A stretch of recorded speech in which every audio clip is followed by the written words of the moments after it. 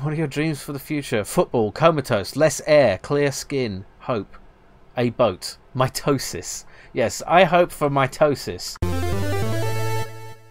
So, the Stanley parable. First impression is the selected menu item is darkened instead of lit. That's weird. 0 out of 10. No. Let's get in, shall we? End is never the end, is never the end, is never the end. Loading new. This is the story of a man named Stanley. Stanley worked for a company in a big building where he was employee number 427. Employee number 427's job was simple. He sat at his desk in room 427 and he pushed buttons on a keyboard. Orders came to him through a monitor on his desk, telling him what buttons to push, how long to push them, and in what order. This is what employee 427 did every day of every month of every year. And although others might have considered it soul-rending, Stanley relished every moment that the orders came in, as though he had been made exactly for this job. And Stanley was happy. And then one day, something very peculiar happened. Something that would forever change Stanley. Something he would never quite forget. He had been at his desk for nearly an hour when he realized that not one single order had arrived on the monitor for him to follow. No one had showed up to give him instructions, call a meeting, or even say hi. Never in all his years at the company had this happened, this complete isolation. Something was very clearly wrong. Shocked, frozen solid, Stanley found himself unable to move for the longest time. But as he came to his wits and regained his senses, he got up from his desk and stepped out of his office. Okay, I think that's my cue to begin. Why is nobody telling me what to do? I need structure in my life. I also need the mouse sensitivity to be higher. One moment. That's better. Okay. Hello? Is anybody here? I need orders. I can't be autonomous. All of his co-workers were gone. What could it mean? Stanley decided to go to the meeting room. Perhaps he had simply missed a memo. Yeah, it's a Saturday. No matter how hard Stanley looked, he couldn't find a trace of his co-workers. Did I turn that off? Huh. How's the sound balance, by the way? Hope it's okay. Look at the outside. Are we in a dark, a bright, featureless void, or is it just really that bright outside? Look at this nice painting. An IBM PS2. Oh yeah. Yeah. It's got a 5.5-inch floppy and a 3.5-inch floppy. Wait, what's this say? I like. Oh.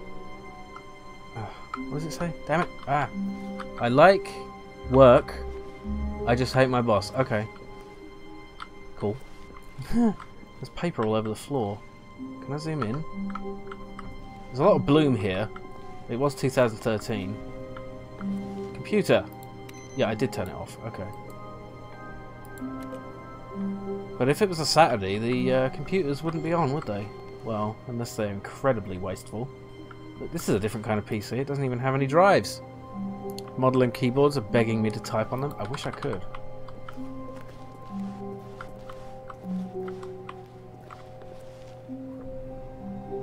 $4B6. That's not a real number. Hey, 420. Hey. Yeah. Where's door 69? Sweaty leaves. Nice. Well, it's a bit limited. When Stanley came to a set of 2 open doors, he entered the door on his left. Did I? I don't like you telling me what to do, narrator. At least you're not as obnoxious as the one in Space Quest 6, but... yeah, this is a bit liminal space, isn't it? This reminds me of the back rooms before the back rooms were a thing. Okay, fine. I'll play your game for now. Why does the door close behind me? And I can't open it? That's unnerving. Could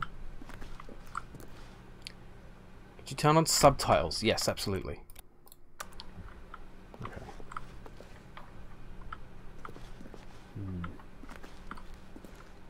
This room is spooky. Yet there was not a single person here either. Feeling a wave of disbelief, Stanley decided to go up to his boss's office, hoping he might find an answer there. Do not alter without consulting whiteboard manager. There's a whiteboard manager. Okay, brilliant. Thank you, Riti. Targets. Push for funding for R&D of new coffee machine. Why do you need to research and develop a new coffee machine? Just buy one. Standalone graphs 40 times wide. Get Chris out of the broom closet. What? Hire someone to synergize papers. Papers are too synergized. Fire paper guy. Hire somebody to fire the paper synergizing guy. Who moved my desk? Complete today's unfinished agenda. Yeah, okay. Oh, that's interesting. Employee numbers. Which number am I? I forget. This. It's just a number. Oh, it's changing. Oh, no more charts, please. I'm begging. This is a little bit of a Portal vibe, doesn't it? Synergize core value expenditures. Shift global market paradigm. Monetize free to play. If you ever find yourself in a conflict with another diligent employee, like yourself spelled wrong, never mind. What are your dreams for the future? Football, comatose, less air, clear skin, hope, a boat, mitosis. Yes, I hope for mitosis. You know, you gotta mitote. You gotta have a bit of mitoting. It said it did. Yeah. Where? It said my name. It knows me. That would be creepy. Yeah, that is weird. All the numbers and Jim. 427. Okay, I'm 427, so I'm not on there. I'm Stanley. I'm not Jim. Who am I? Let's see. I don't know if I'm supposed to be playing this close attention, but work harder, hard worker. The little I know about this is that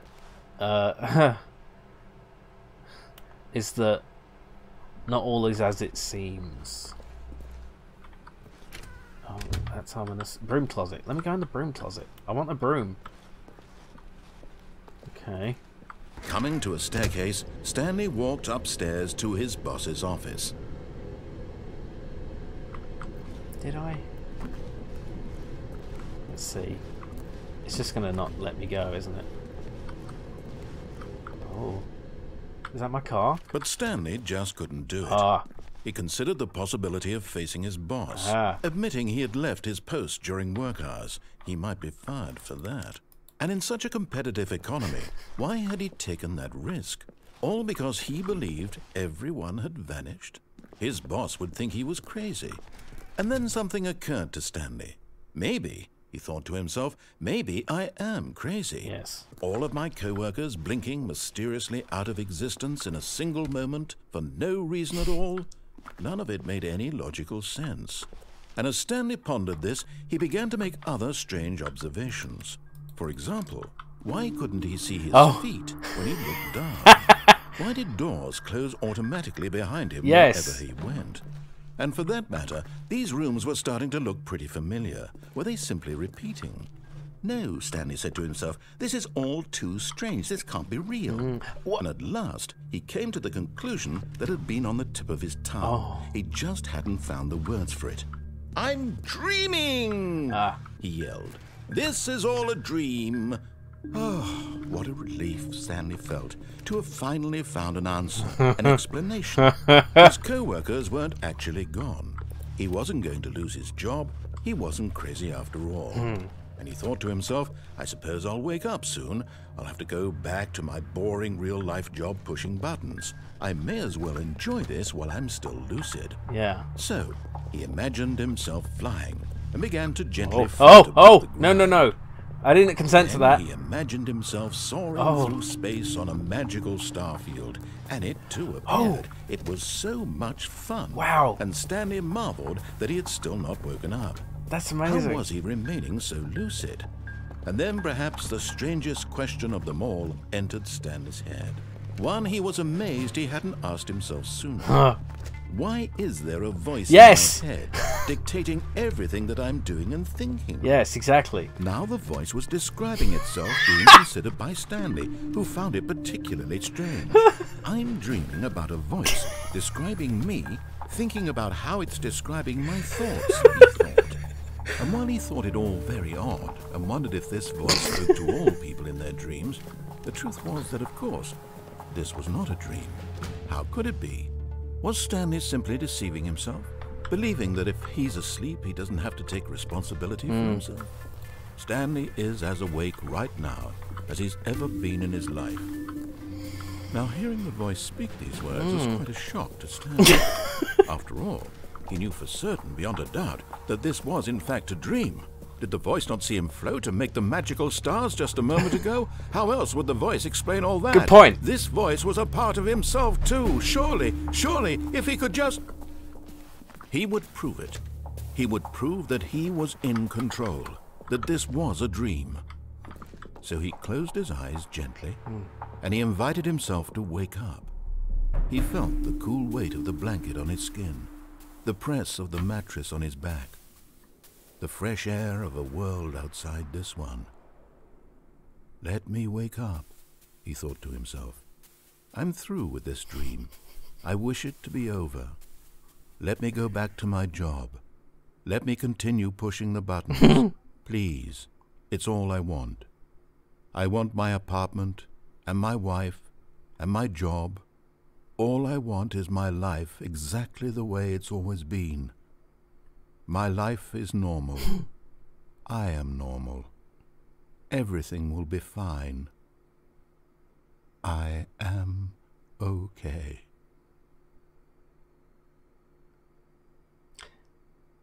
And here we are still. This is genius. Stanley began screaming. Please, someone, wake me up. My name is Stanley. I have a boss. I have an office. I am real. Please, just someone tell me I am real. I must be real. I must be. Can anyone hear my voice? Who am I? Who am I? And everything went black. No! This is not okay! This is the story of a woman named Mariella. I'm sorry? Mariella woke up on a day like any other. She arose, got dressed, gathered her belongings, and walked to her place of work. But on this particular day, her walk was interrupted by the body of a man who had stumbled through town talking and screaming to himself, and then collapsed dead on the sidewalk. And although she would soon turn to go call for an ambulance, for just a few brief moments she considered the strange man. He was obviously crazy, this much she knew. Everyone knows what crazy people look like. And in that moment, she thought to herself how lucky she was to be normal. I am sane. I am in control of my mind. I know what is real and what isn't. It was comforting to think this, and in a certain way, seeing this man made her feel better. But then she remembered the meeting she had scheduled for that day. The very important people whose impressions of her would affect her career, and by extension, the rest of her life. She had no time for this, so it was only a moment that she stood there, staring down at the body. And then she turned and ran.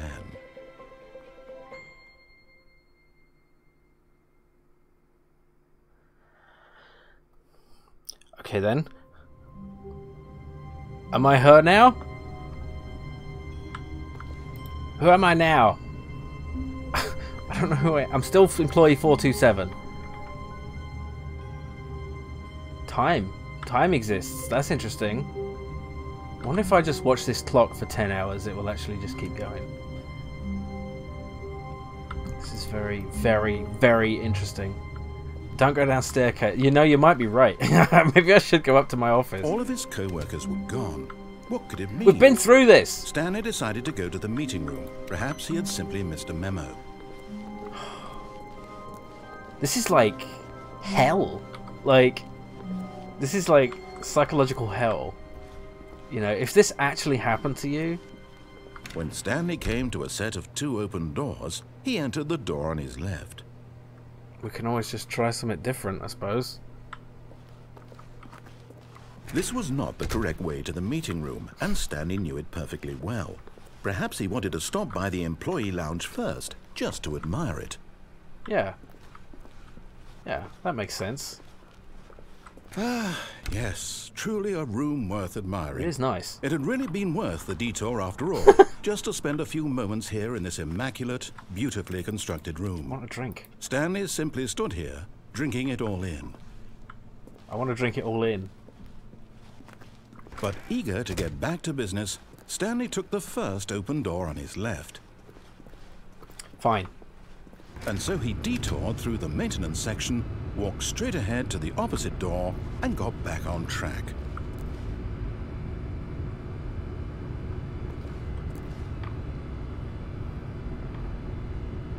I'm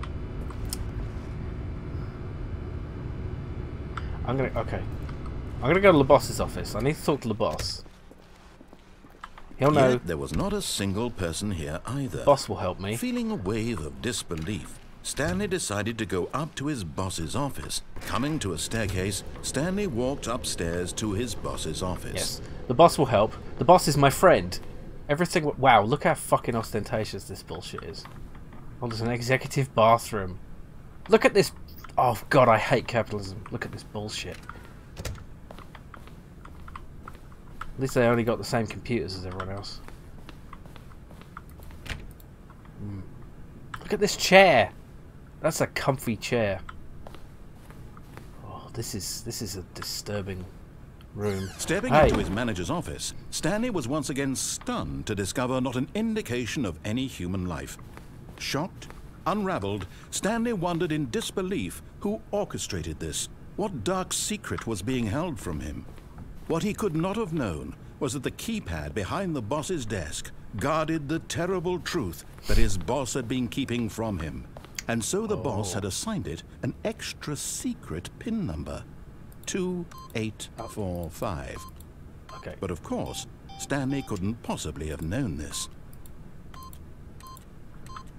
Yet incredibly, by simply pushing random buttons on the keypad, Stanley happened to input the correct code by sheer luck. Amazing. Oh. He stepped into the newly opened passageway. This is really fucking weird. I feel like something's going to jump out at me. Okay. I guess we're going where the scary arrow tells us to go. That is a really good gag. Oh! Wait, oh, we are going down. Okay. It was confusing for a minute. And it went dark again. Oh! Descending deeper into the building, Stanley realized he felt a bit peculiar. It was a stirring of emotion in his chest, as though he felt more free to think for himself, to question the nature of his job. Why did he feel this now, when for years it had never occurred to him? This question would not go unanswered for long. Okay, no way back. This is still. Stanley walked straight ahead through the large door that read Mind Control Facility. I'm sorry? What?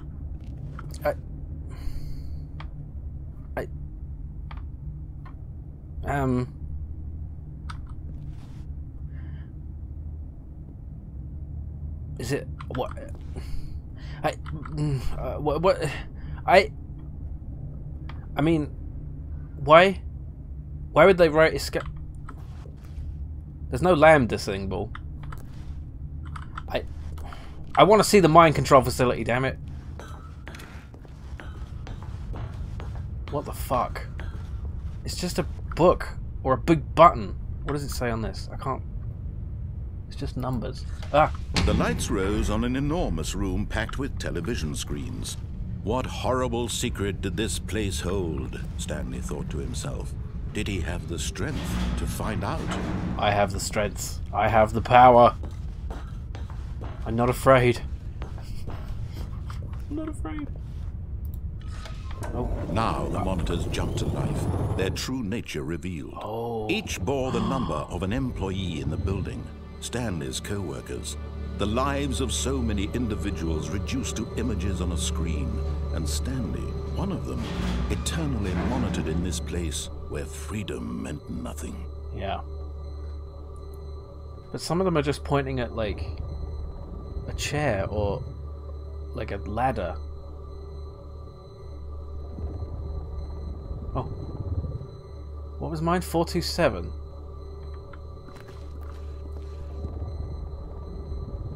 Yeah, that's my room.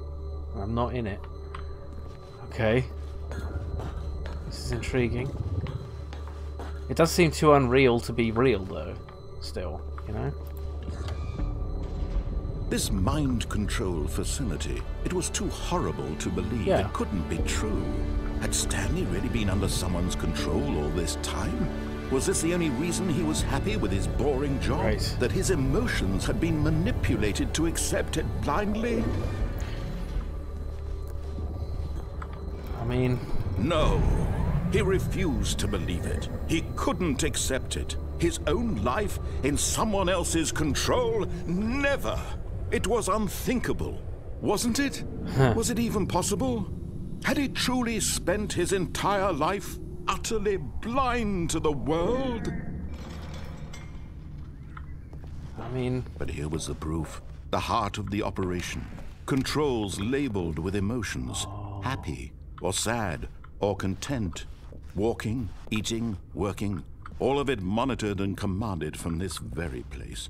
And as the cold reality of his past began to sink in, Stanley decided that this machinery would never again exert its terrible power over another human life. Yeah. For he would dismantle the controls once and for all. Damn right. But it's all off anyway. I don't want to accidentally turn it on. That would be bad. Because I might accidentally put myself back under the control of this thing. Facility power. Okay. Mind controls idle, awaiting input. I love that this is just the DOS font. That's amazing. And when at last he found the source of the room's power, he knew it was his duty, his obligation, to put an end to this horrible place and to everything it stood for. It's got bloody tape drives. Okay, off. Oh!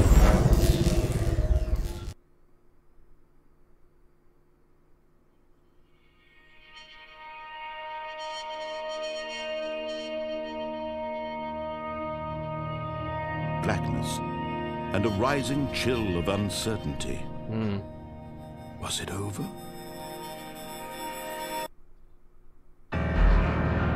Yes. He had won. Yay. He had defeated the machine, unshackled himself from someone else's command. That was easy. Freedom was mere moments away. I don't believe it. And yet, even as the immense door slowly opened, Stanley reflected on how many puzzles still lay unsolved. Where had his co-workers gone? Right. How had he been freed from the machine's grasp? What other mysteries did this strange building hold? But as sunlight streamed into the chamber, he realized none of this mattered to him, for it was not knowledge or even power that he had been seeking, but happiness.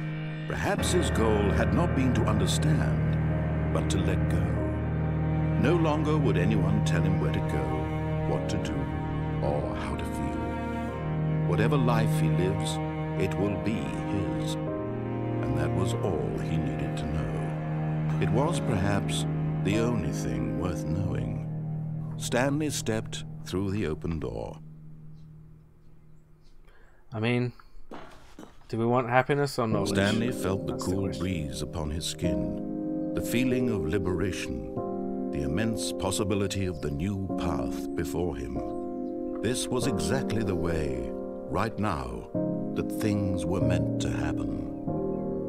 And Stanley was happy.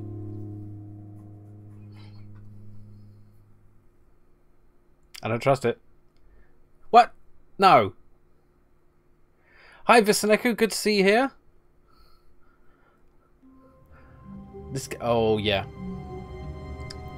We're just back here. So, did the game really restart?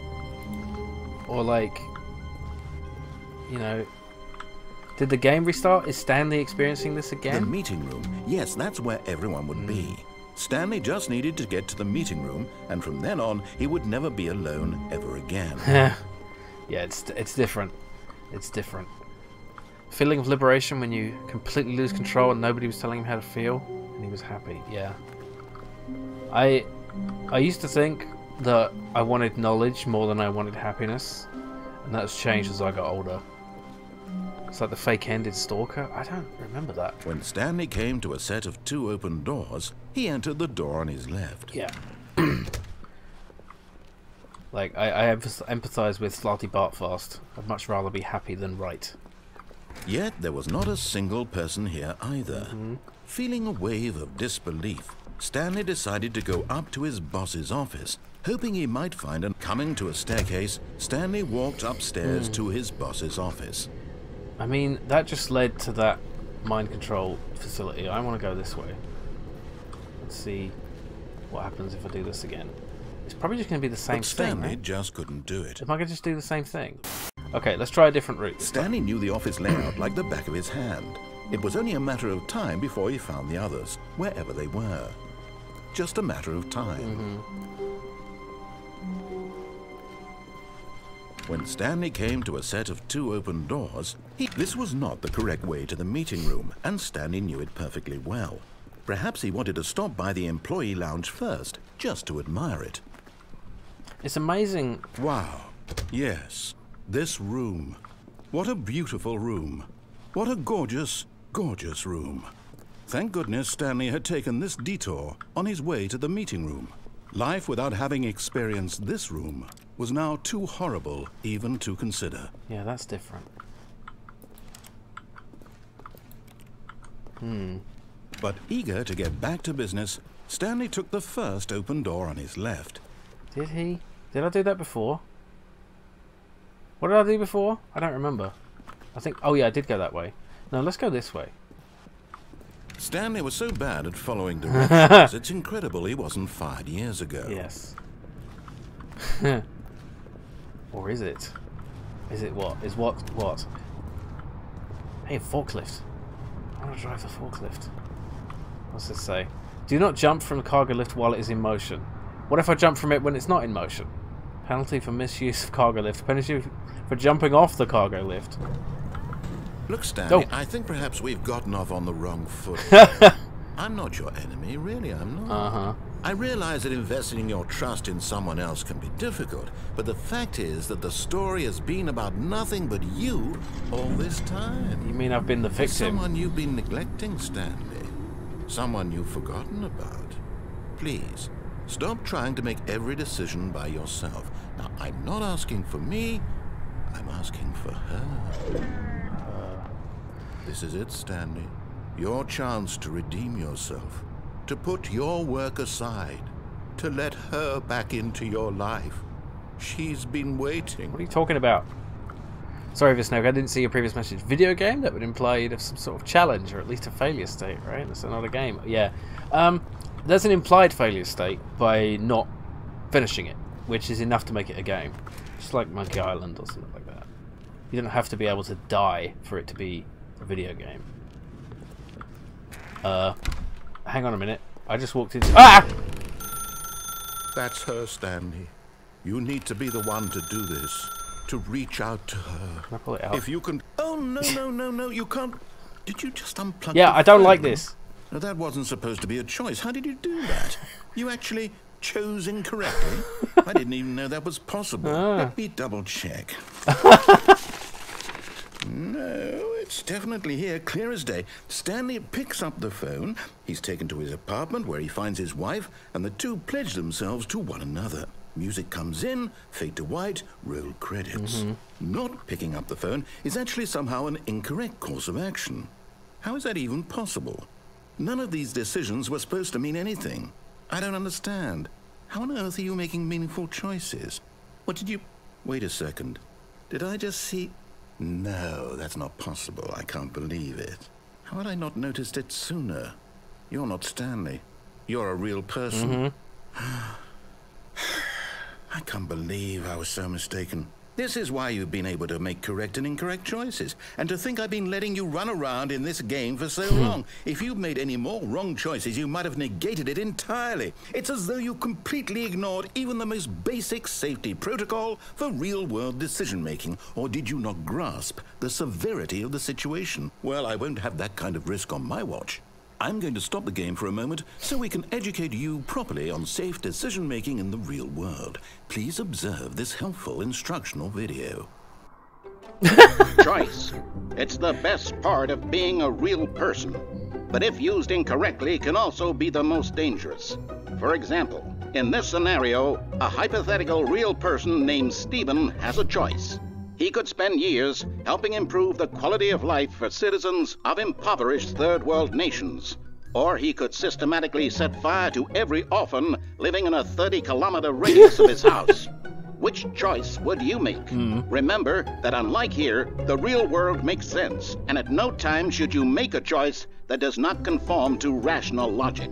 If you find yourself speaking with a person who does not make sense, in all likelihood, that person is not real. Allow the person to finish their thought, then provide an excuse why you cannot continue talking. Turn to a partner and practice saying, "My goodness, is it 4:30? I'm supposed to be having a back, sack, and crack." What? Excellent.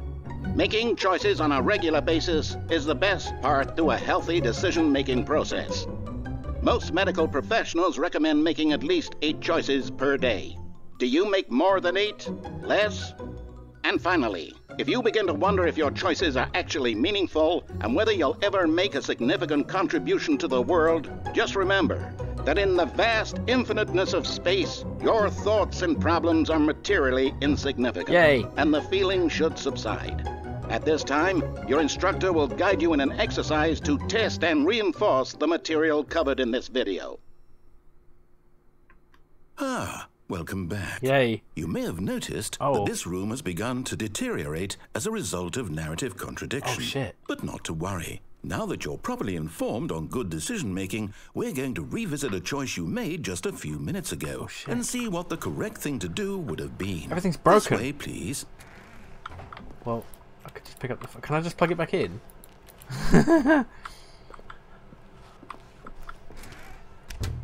This is really, really interesting. So yeah, let's check the chat. I'll catch up on chat here for a second.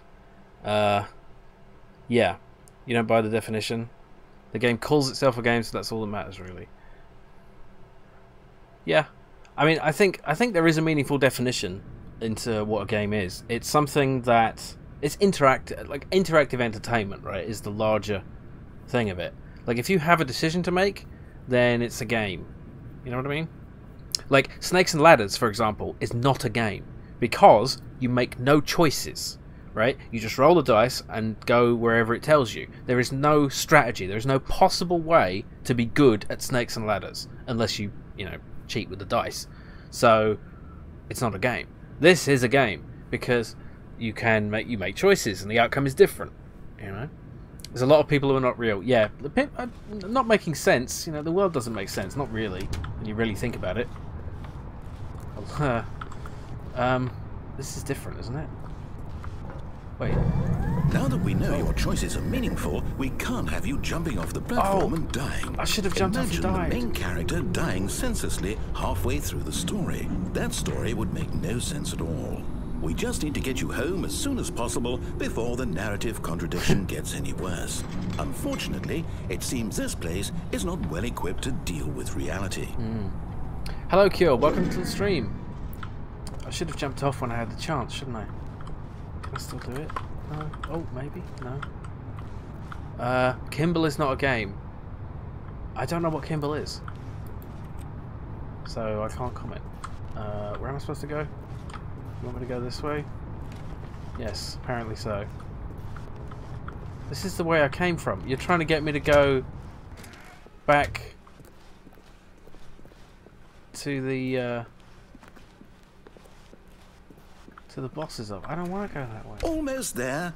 You'll take the door on the left, back to the correct ending, the story will have resolution once again, and you'll be home free in the real world. No, I don't like the real world. Now remember, all you need to do is behave exactly as Stanley would. Okay. That means choosing responsibly and always putting the story first. Okay. I'm quite sure you'll be up to the task. Just follow my lead and you'll be fine. All right. When Stanley came to a set of 2 open doors, he entered the door on his left. Fuck you. No! Why did you do that? Quickly, hurry back in the other direction. Perhaps we're not too late. Alright, alright.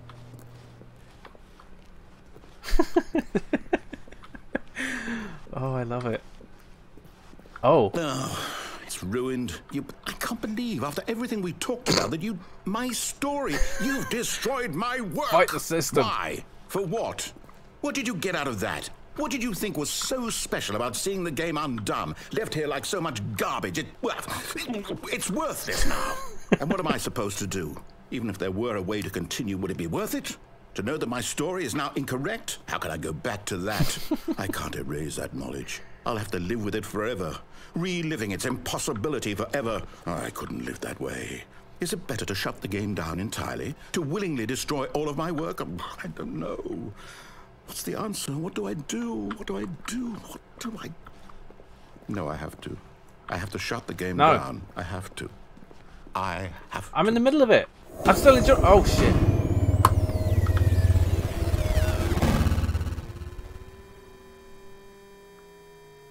If the game actually quits, I'll be impressed. Okay. Oh, no. I thought the game was going to, like... Oh, I'm here. I'm still here. Here in this pile of rubbish. With you. You, who thought you were so clever. Now look where we are. My entire game is destroyed. Oh. It was the only thing in the world that was mine, and you've run it into the ground. What, did you think that would be funny? Yes. You just had to see? Didn't I impress upon you how important it was to be like Stanley? I did the first time. He actually knows how to do what I tell him to. He understands that if I say to do something, there's a damn good reason for it. That thought hadn't even occurred to you, had it? That there's a world outside of you? You're a child. Oh, my story.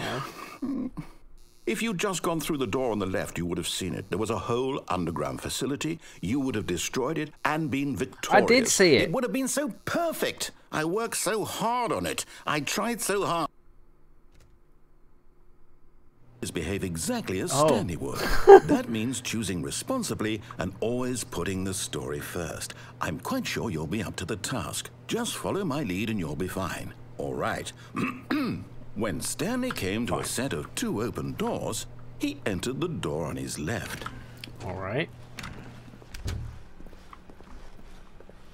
Let's see if it's not... Okay, it's not broken. You happy now? Yet there was not a single person here either.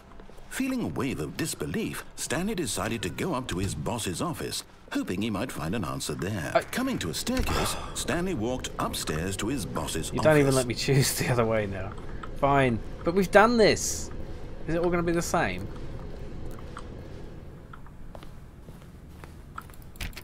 Yeah.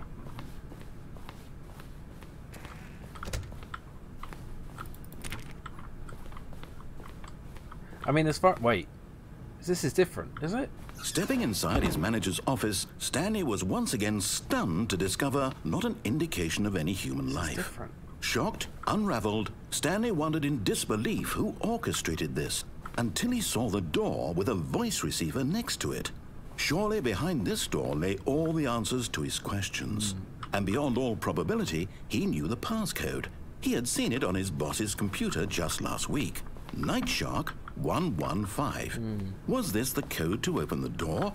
Would it still work? There was only one way to find out. Stanley had been trained never to speak up, but now he would draw from within himself the courage to face the unknown. He drew a sharp breath and then spoke the code. That's a good point, Kier. Playtesting would be really weird and tricky. I guess the playtesters there must have been 2 kinds of playtesters. There was playtesters who didn't know, and playtesters who did know how it was supposed to go. Stanley spoke the code. Sorry. Night Shark 115. He spoke it into the receiver, right there on the wall. I'm talking to my stream, Gabe. Okay? There was Twitch in 2013. Don't you know what's going on? I'm sorry, is there a problem? You didn't mishear me, did you? Please speak the code into the receiver. Otherwise, we can't get on with the story. This is a crucial step. Yeah. I know. I'm talking to my stream, okay? Anyway, playtesters must... Okay, fine. You're not going to do it. I will do it! But you know what? It's pretty humiliating to bring you this far, only for you to suddenly decide you have better things to do. I asked you for this one single thing, for your respect. The kind of respect Stanley shows for his choices. He knows what it means to take a story seriously. If you didn't want to see what I had to show you, then why did you come here? You had a choice, you know. You could have gone through the door on the right. You could have done whatever the hell you wanted over there. Why did you come this way? Speak. Say something to me. Explain yourself, you coward. When Stanley came to a set of 2 open doors, he entered the door on his left. Whoa. This is... Stanley? Hello? Are you... Is everything okay? This is freaky. Stanley, please. I need you to make a choice. What? I need you to walk through the door. No. Are you No. listening to me? Can you hear me? Is everything all right? Stanley, this is important. The story needs you. It needs you to make a decision. It cannot exist without you. Do you understand me? Whatever choice you make is just fine. They're both correct. You cannot be wrong here. We can work together. I'll accept whatever you do. I simply need you to take that step forward, please. Choose. Do something. Anything. This is more important than you can ever know. I need this. The story needs it. So, you hear me? Are you there? Are you listening to this? Can I make him do something? Okay. It's okay, I can wait. You need time to decide. Time to make sure your choice is correct. That is the best choice. That's all right. I'll wait for you to decide what's the right thing to do. Take as much time as you need.